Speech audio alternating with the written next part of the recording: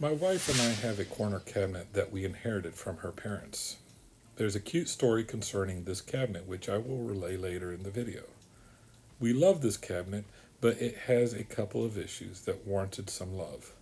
The first issue is that it is green, and my wife decided we wanted to have it refinished to be wood colored. And of course, as a dutiful husband, I agreed.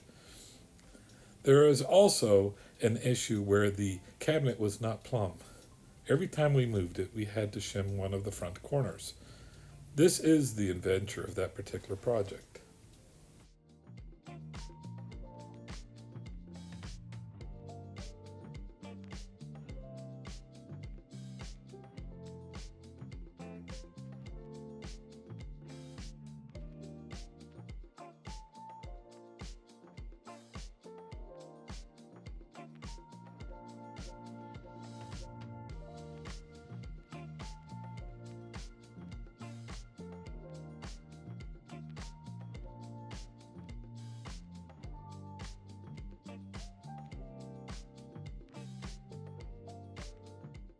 At this point, I busted up this whole cabinet pretty good, and I'm hoping that I'll be able to get it back together.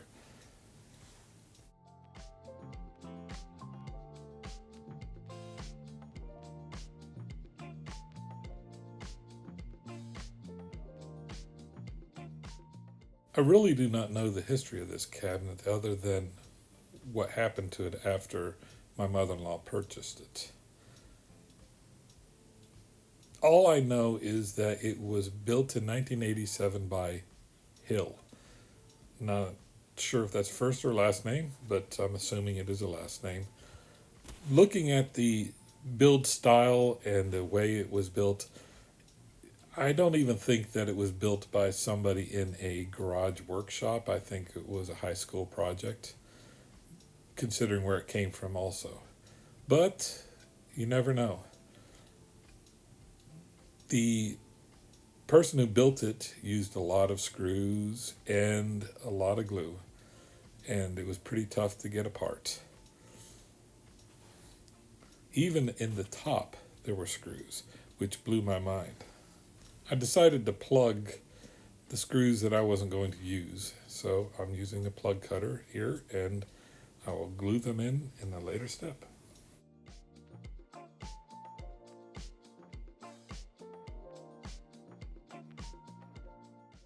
There is something oddly satisfying about cutting plugs out with a bandsaw.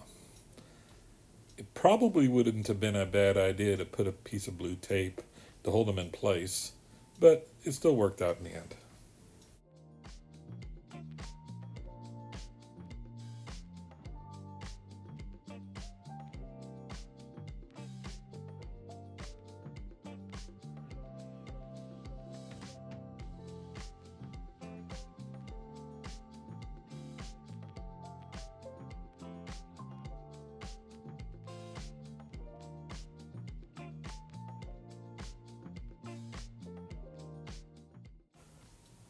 Even though this is a flush trim saw, I put a couple strips of tape on the side to reduce any marring to the face of whatever I'm cutting.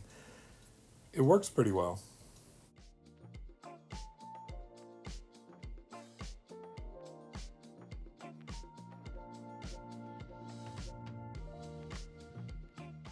I decided to use pocket screws to make a face frame assembly instead of attaching them individually. The miters weren't exactly 45 degrees, and I needed to shorten the sides.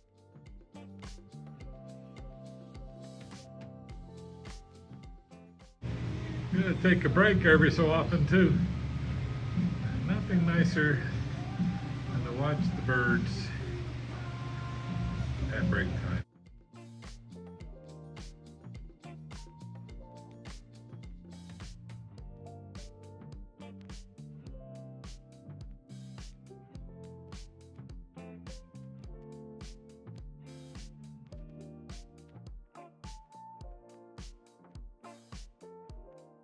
Assembly was a bit harder than anticipated, but it worked out in the end. The boards had bowing in them, and I had to do some bending to create them straight, And then since I shortened the sides a bit, the screws were a little too long and I had to cut each one down. Obviously, I had to shorten the shelves because I shortened everything else.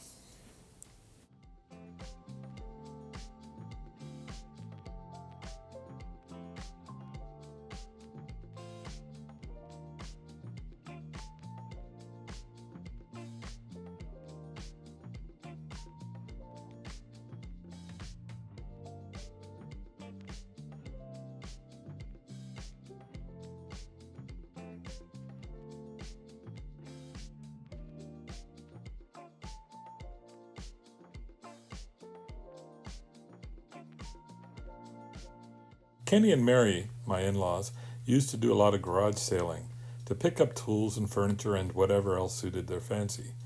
Many of the tools that I have even today are from Kenny's shop. They were on such a mission one day and were driving past a garage sale. Mary saw this cabinet and told Kenny to stop the car at once. Once it was stopped, she jumped out of the car and ran to the cabinet with her hands on it and claimed it as hers, without even seeing the price. Until she passed, this cabinet was one of the prides of her household. It is almost a shame to honor her memory in such a way of changing its color, but neither my wife or I really particularly like green, but we do like the cabinet.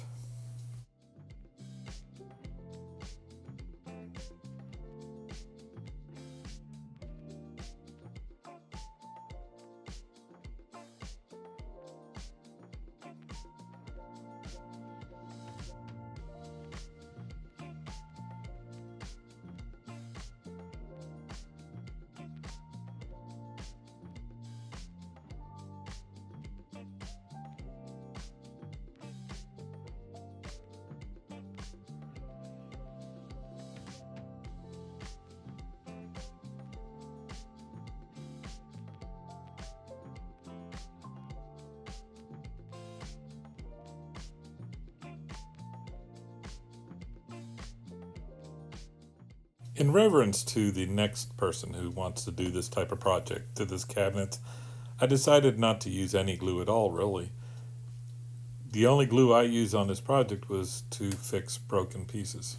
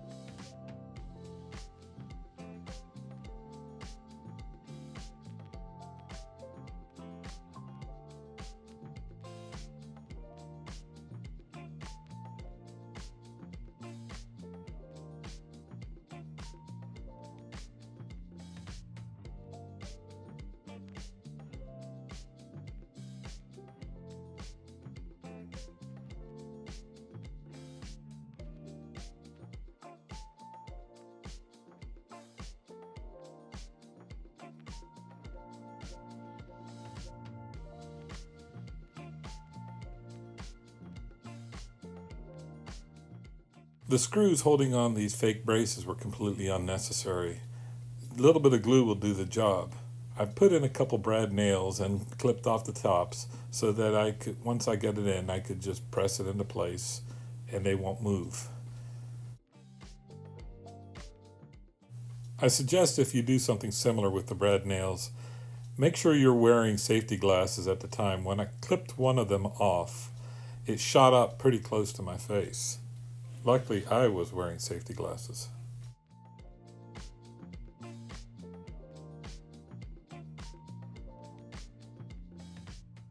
The plugs give the illusion that there's something holding them into place other than glue.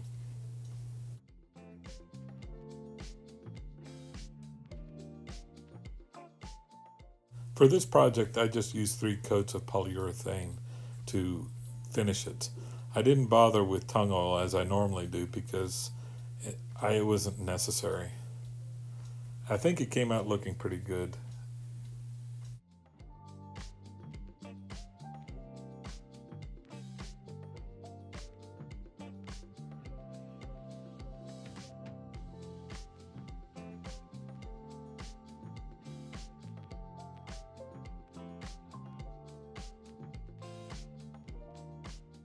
Please feel free to like, share, and comment. If you have any suggestions how you would have done this differently, I'm willing to have that conversation. And thank you.